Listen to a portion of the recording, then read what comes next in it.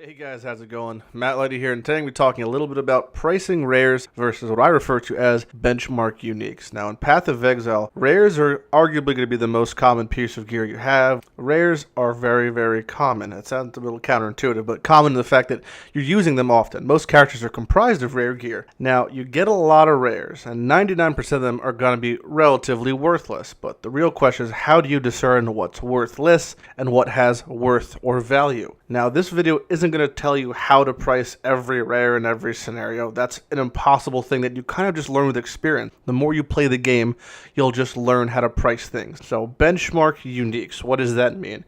Now, there are a lot of uniques in this game, and yet again, like rares, a lot of them are arguably vendor trash. There are a lot of uniques that players can use throughout the game, and a lot of that fit different molds of many, many builds. Now, we're going to talk about 4 different uniques today that I refer to as benchmark uniques, or uniques that you could use as benchmarks when pricing rares of the similar weapon type or item base. So, the first thing on the list is Hezmana's Bloodlust.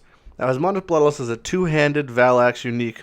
Now, what this is roughly 400 PDPS, or physical damage per second, but it grants you the big thing, which is your attacks of blood magic. Essentially, Hezmana's is, well, it's a chaos in both softcore and hardcore, and you could say, well, this is currently in Prophecy League, and there is a prophecy that grants Hezmana's.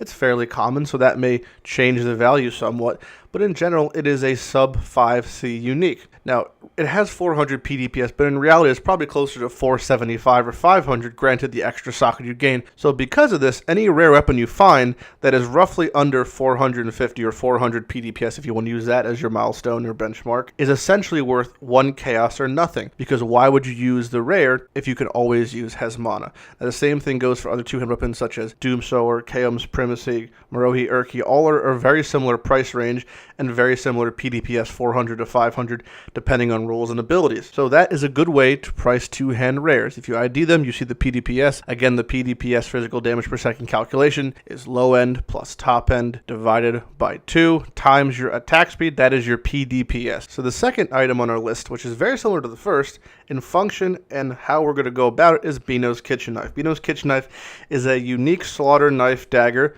that is quite high PDPS. It can go from 200-ish, and it has high crit, good attack speed, and some unique mods that regard killing and spreading poison out and regen and chaos res, and has high crit and crit multi. But essentially, it is the baseline. It is the starting crit dagger for all dagger crit builds. Essentially, if you cannot get higher than a Beano's in PDPS and crit chance, including the fact that it already has multi and a built-in poison mechanic and chaos res, you're gonna basically have a bad time because it's gonna be impossible to sell your dagger for roughly more than 10 chaos. That's what Beano's normally goes for, depending on the league, depending on the meta. Next on the list is Rainbow Strides. Now, Rainbow Strides is a Conjure boot.